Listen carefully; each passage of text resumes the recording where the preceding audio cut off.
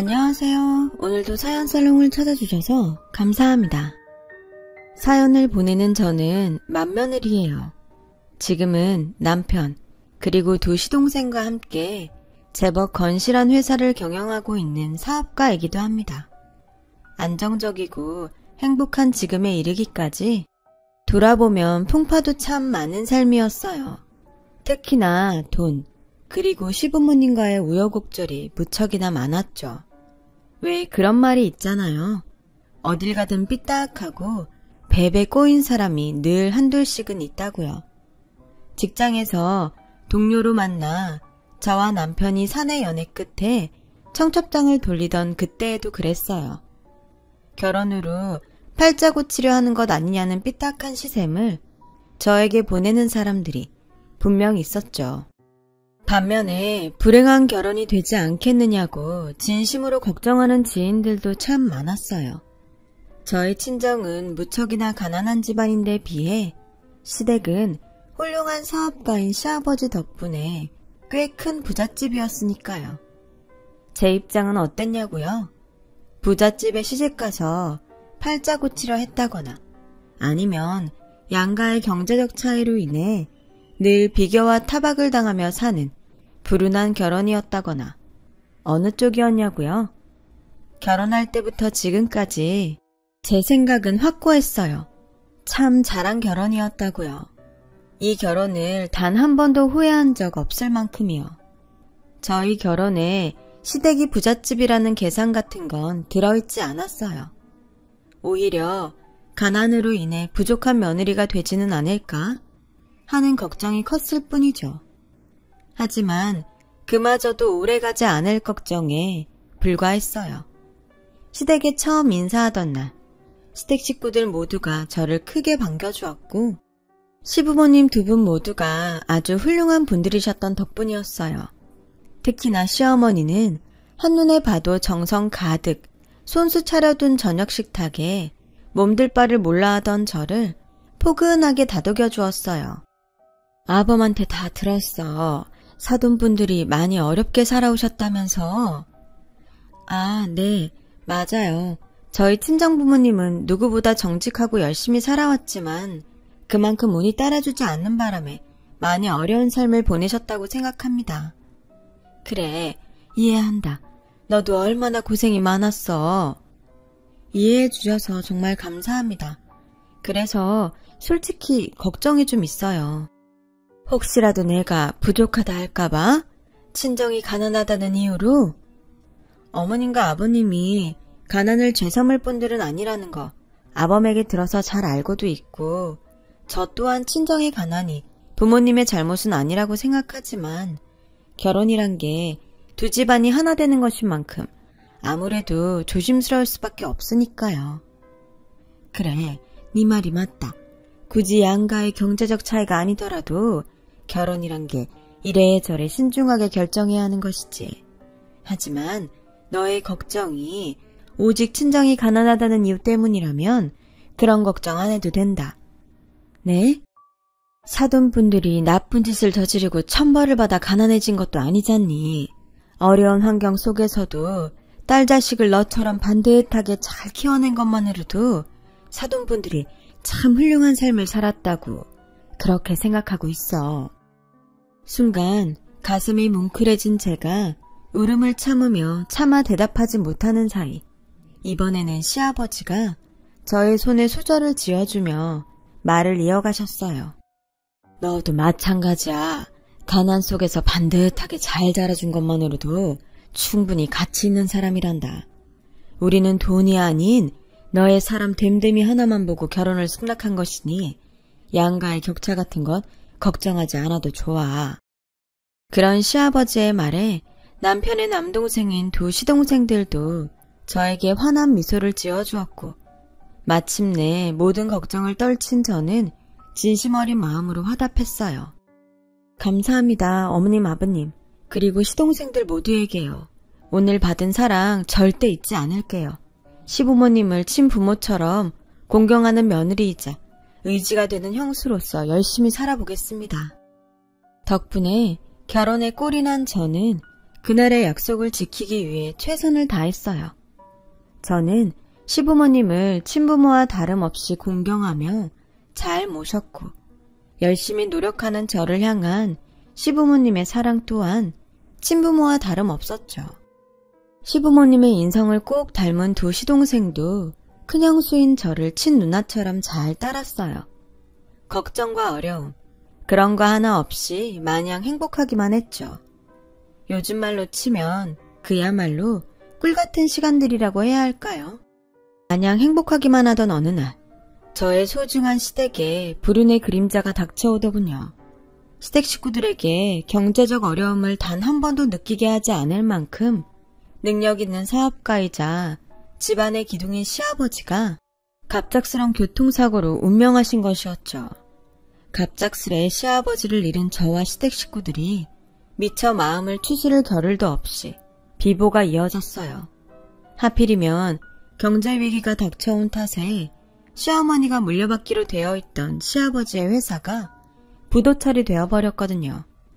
그 바람에 시댁에 빨간 차압딱지가 나붙고야 말았고 결국 시댁 식구들은 집단으로 우울증에 빠지고야 말았어요. 저는 그런 시댁 식구들의 심정을 충분히 이해할 수 있었죠.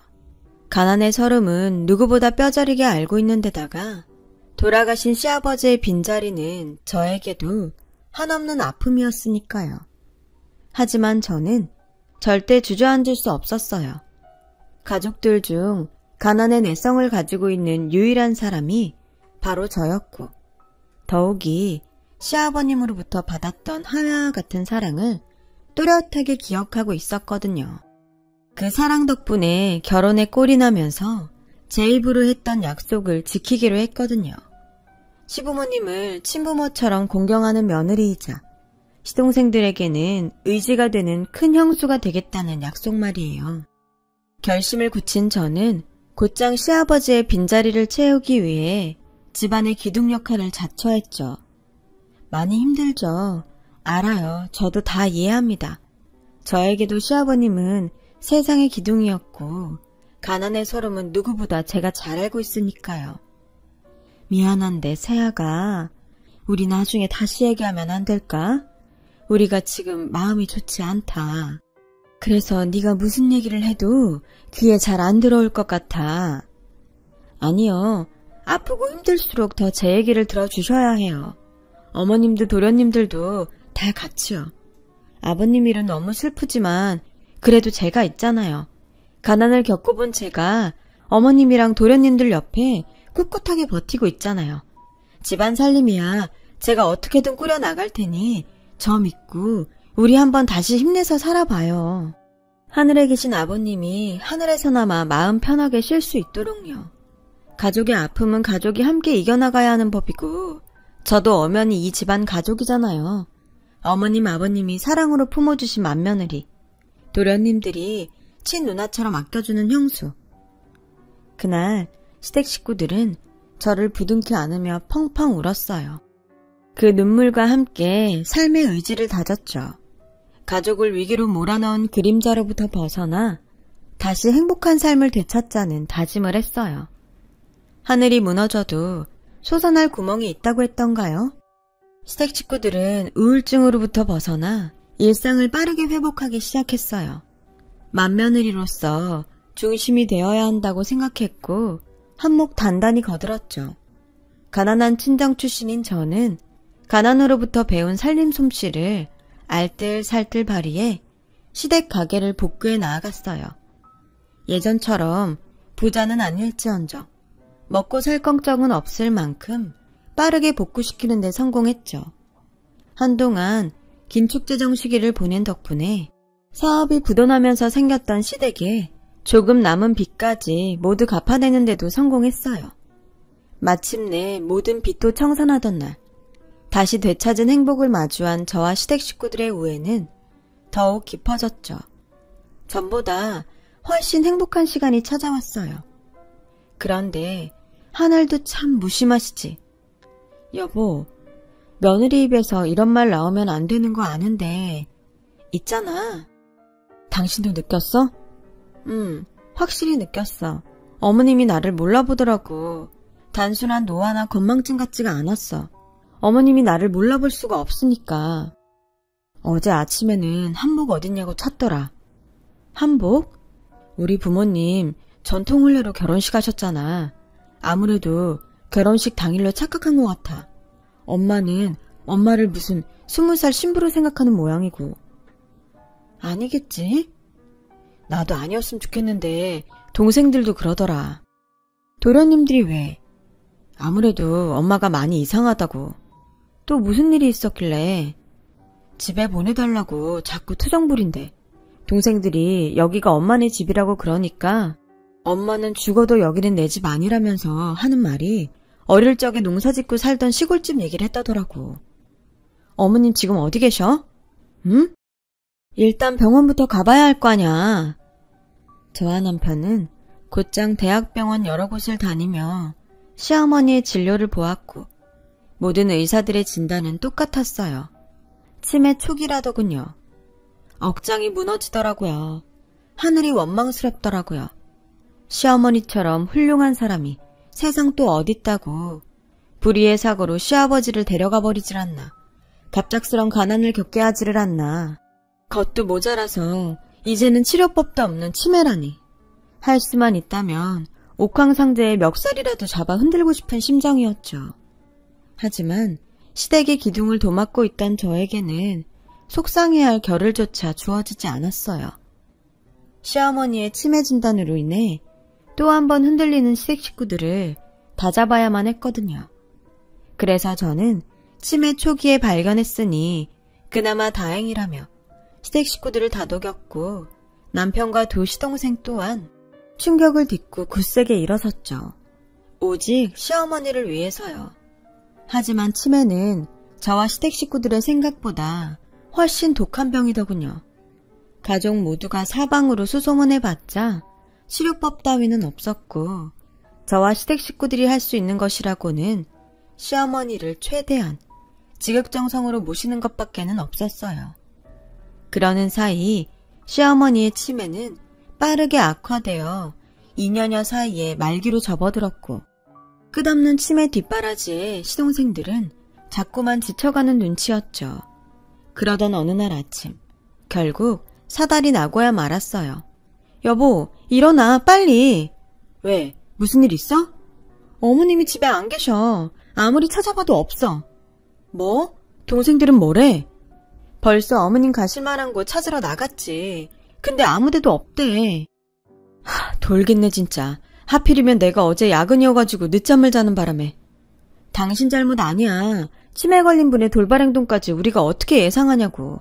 순번까지 정해가면서 밤새 시어머니 옆을 지켰는데도 벌어진 일이면 정말 어쩔 수 없는 사고인 거라고. 그러니까 내 말 똑바로 들어.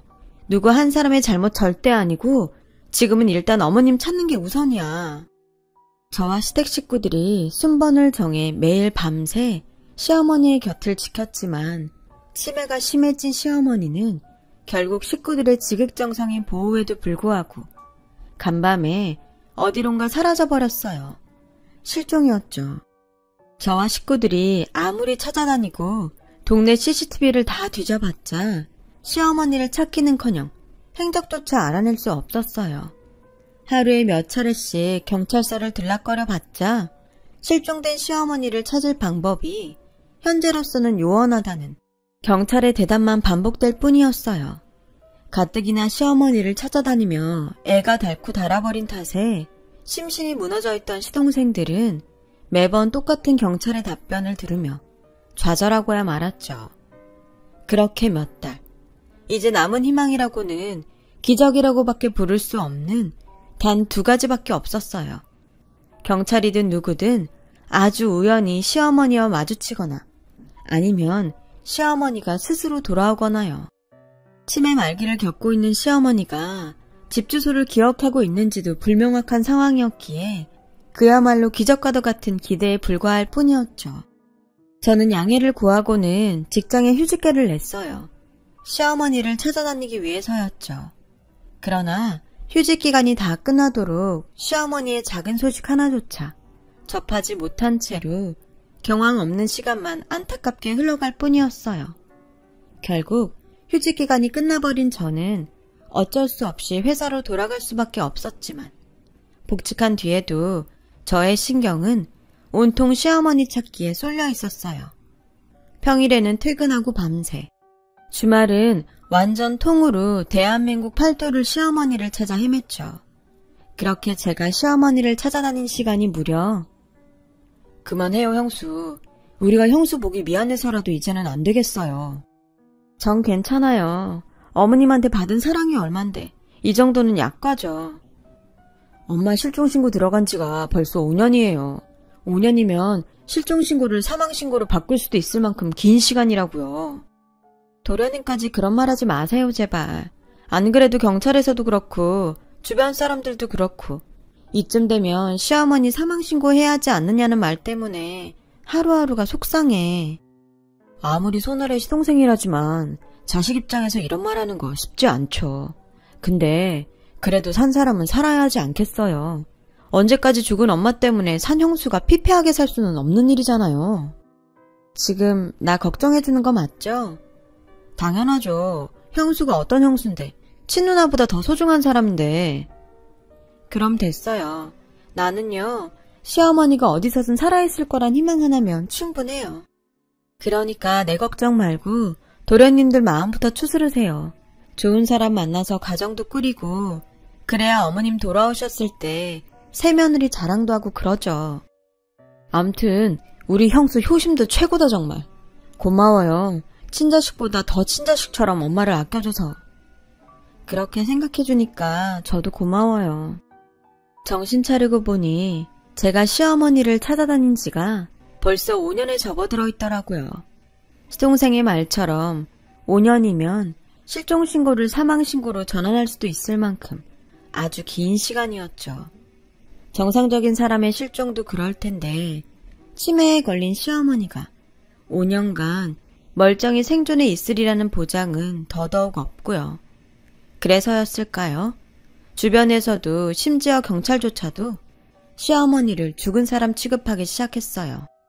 시어머니는 어려울 것 같으니 사망신고를 한 다음 산 자식만이라도 멀쩡히 살아야 하지 않겠냐는 속상한 조언만 반복할 뿐이었죠. 그러거나 말거나 시어머니를 찾겠다는 저의 다짐은 변하지 않았고 고맙게도 남편과 시동생 모두는 저의 편이 되어주었죠.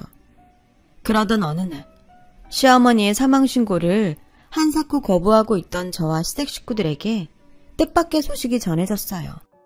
시아버지가 살아계실 적 사둔 시골 땅이 제법 된다는 소식이었죠.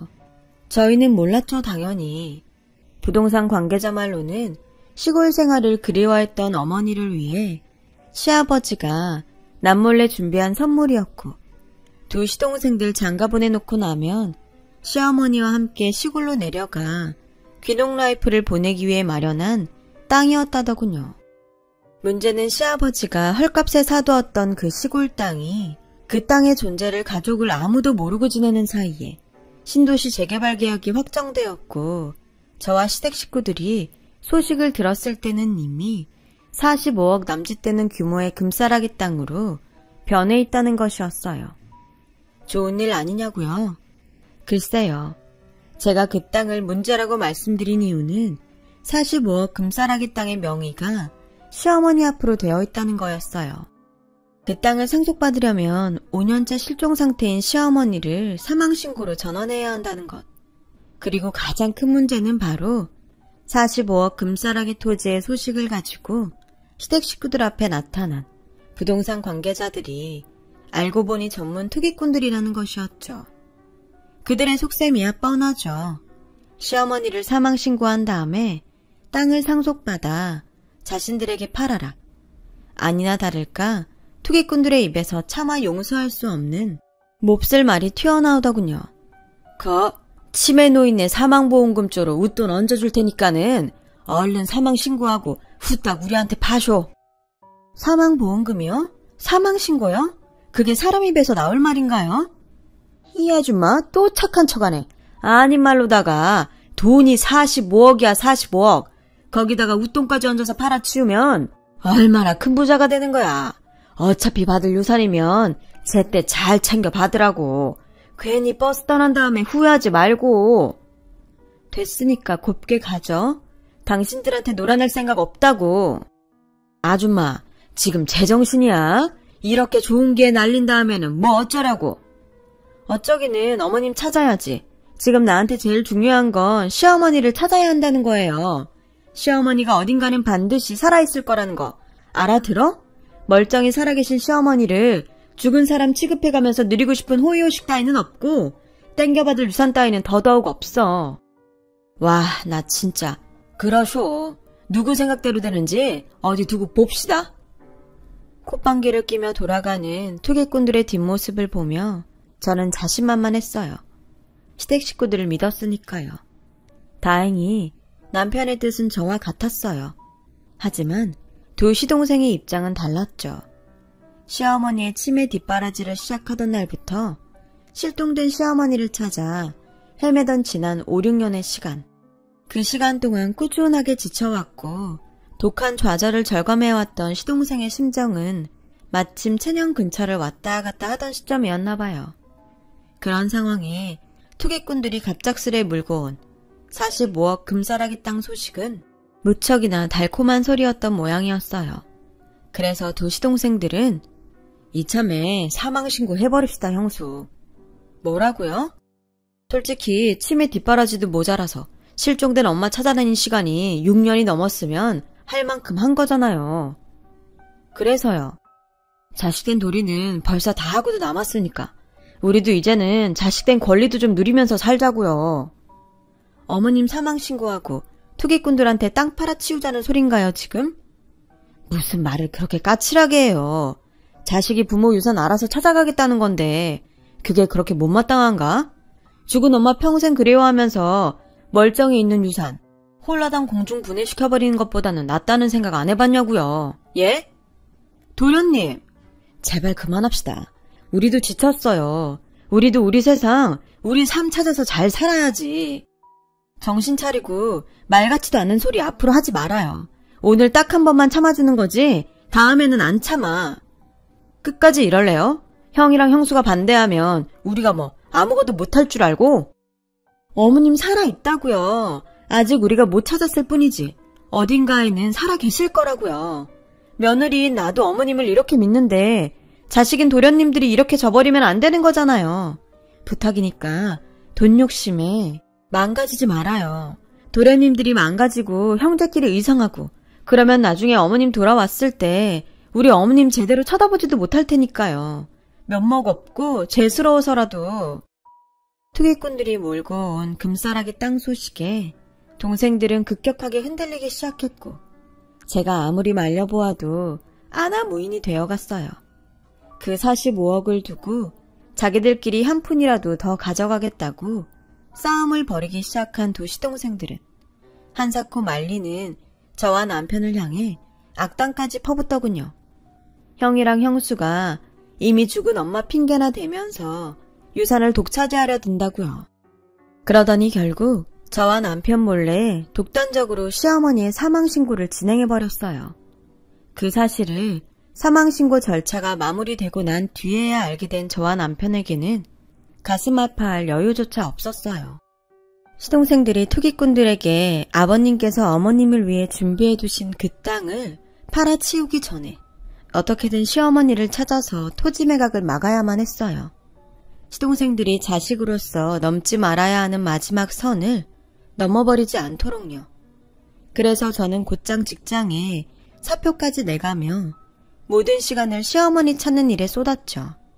오직 시어머니가 반드시 살아있을 거라는 믿음 하나만 가지고요. 그럼에도 불구하고 시어머니의 종적은 여전히 묘연했습니다. 돈 욕심에 눈이 먼 시동생들이 땅을 팔기 위해 투기꾼과 접선하던 그날 45억 땅값에 시어머니의 사망보험금 조로 더 웃돈을 얹어 계약서에 인감도장을 찍으려는 때에 제가 서류 한 장을 들고 들어가 그 계약을 막았습니다. 갑작스런 저의 등장에 시동생들은 당황했고 투기꾼들이 저에게 거세게 맞섰죠. 이봐요 아줌마, 벌써 다 끝난 얘기잖아. 치매 노인네 사망신고도 끝났겠다. 상속자인 시동생들이 계약서에 도장 찍겠다는데 이제 와서 뒷북은 무슨? 얌전히 앉아서 박하사탕이나 하나 까먹으면서 구경이나 하쇼. 도장 금방 찍으니까는. 난 박하사탕 싫어하는데. 그쪽들은 혹시 전통음식 좋아해요? 뭐? 엿이나 까잡수라고. 이 아줌마가 미쳐가지고 한번 크게 혼나 봐야 정신을 차리지 아주. 크게 혼날 사람들은 당신들이지. 어머니 사망신고? 그거 취소됐거든. 제가 가지고 왔던 서류 한 장을 내밀자 서류를 확인한 시동생들과 투기꾼들의 얼굴이 사색이 되었어요. 제가 준비한 서류는 사망 처리된 시어머니의 부활신고서였어요. 부활신고서란 실종 후 5년이 지난 사망 처리된 대상의 사망신고를 취소한다는 서류예요. 즉, 시어머니는 더 이상 사망한 고인이 아닌 살아있는 사람이라는 것을 증명하는 서류인 셈이죠. 시어머니의 생존 사실을 마주한 시동생들과 투기꾼들이 멍하니 있는 사이 기세를 탄 저는 투기꾼들 거세게 몰아붙였어요. 뭐? 땅을 사? 사망보험금조로 몇 억을 더 얹어줘? 우리 시어머님이 이렇게 버젓이 살아계시는데 당신들이 무슨 자격으로? 누가 그래? 아직 살아있다고. 내가 그래. 우리 남편이 그래. 그리고 정부가 보증해. 법적인 서류를 보고도 못 믿겠어? 그럼 경찰 불러줄게. 직접 확인해 보든가. 경찰 부르는 김에 당신네들이 불법 투기꾼이라는 사실도 겸사겸사 같이 상담해보고. 어때? 이대로 꺼질래? 아니면 한 몇 년 교도소에서 푹 썩어볼래? 그렇게 속삭인 투기꾼들은 걸음아 살려라 주랭랑을 쳐버렸지만 시동생들은 상황을 이해하지 못한 모양이었어요. 그래서였는지 저에게 다짜고짜 한마디씩 따지더라고요. 와, 형이랑 형수 그렇게 안 봤는데 심하네 진짜. 끝까지 사시고 혼자 다 해먹을 생각이에요? 죽은 엄마 살아있다고 서류 조작까지 해가면서. 됐어, 그만해 작은형. 서류 조작까지 해대는 사람한테 무슨 말을 더 하냐고. 부동산 업자들 얼른 쫓아가서 계약서 다시 쓰면 그만이지. 잠자코 듣고 있던 저는 투기꾼들을 쫓아나가려는 시동생들의 앞을 막아섰어요. 또 아무 말 없이 시동생들을 근처에 있는 종합병원을 향해 억지로 이끌었어요. 거의 끌려오다시피 종합병원에 도착한 시동생들은 남편의 보호를 받으며 건강검진을 받고 있는 어머님과 마주했죠. 눈물이 그렁그렁 맺힌 눈으로 그러더군요. 엄마 맞는데? 우리 엄마 맞는데 이게 어떻게 된 일이에요? 이래서 얘기했잖아요. 어머님 살아 계실 거라고. 끝까지 믿고 가보자고. 바로 전날 밤이었어요. 제가 눈물겹도록 기적과도 같은 전화 한 통을 받은 것은요. 시어머니가 지방의 어느 노숙자 쉼터에서 보호를 받고 있다는 전화였죠. 줄곧 비슷한 전화를 받고 달려갔지만 매번 다른 할머니를 마주하며 허탕만 쳐왔던 저와 남편이었지만 그럼에도 도저히 외면할 수 없는 소식이었고 한달음에 달려간 노숙자 쉼터에서 저와 남편은 그토록 찾아 헤맸던 시어머니와 마침내 재회했던 거예요. 시어머니가 가족 중 제일 의지해왔던 며느리인 저의 전화번호를 5년 만에 더듬더듬 떠올린 덕분이었어요. 저와 남편이 도착했을 때는 시어머니가 이미 치매 현상으로 돌아가버렸던 탓에 저와 남편도 몰라보는 상황이었지만 살아계신 것만으로도 감사할 따름이었죠. 그날 밤 시어머니와의 눈물의 상봉을 마친 저와 남편은 아침이 밝기 무섭게 동사무소로 내달렸어요. 그리고는 사망신고로 인해 말소가 되어 있던 시어머니의 주민등록을 부활시켰고요. 토지를 투기꾼들에게 아직 팔아치우기 전이기만을 간절하게 바라는 마음 하나로요. 토지 매각을 막아야만 엄마와 재회할 시동생들의 죄책감이 조금이라도 덜할 테니까요. 그런 사람들이거든요, 원래. 병원에서 건강검진을 받고 있던 시어머니와 재회한 시동생들은 참회의 눈물을 흘렸죠. 더욱이 치매 속에서도 오직 며느리인 저 하나만큼은 알아보는 시어머니의 모습에 시동생들은 또 한 번 참회의 눈물을 쏟았어요. 시어머니가 시동생들에게 저를 이렇게 소개했거든요. 예쁘죠? 세상에서 제일 소중한 내 딸이에요. 어려울 때마다 제일 든든하게 내 옆을 지켜주는 고마운 딸이에요. 그때 시동생들은 가족들 중 오직 저만을, 심지어 딸이라고 알아보는 시어머니의 모습에 크게 뉘우쳤다고 해요.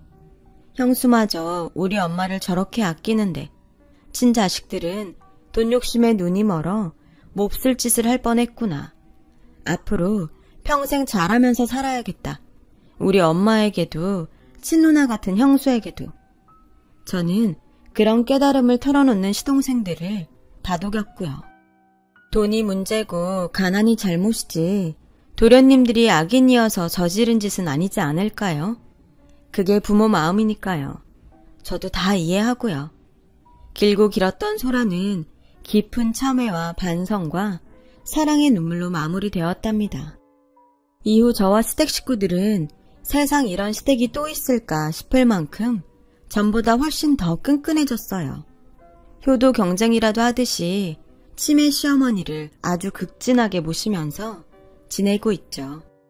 그러는 한편으로 시어머니 앞으로 되어있던 그 토지를 더 좋은 시세에 합법적으로 매매해 시댁 공동명의로 새 사업을 시작했어요. 시댁 식구들 모두 공평한 지분으로 운영되는 사업이죠. 다행히 남편과 시동생 모두가 시아버지의 사업 수완을 물려받은 덕분에 탄탄대로를 달리는 중이에요. 그리고 그 땅은 아버님이 어머님을 위해 준비한 땅이었잖아요. 그래서 서울 근교에 땅을 사서 시어머니를 위한 공간으로 집을 지었답니다. 텃밭도 있고 꽃밭도 있고요.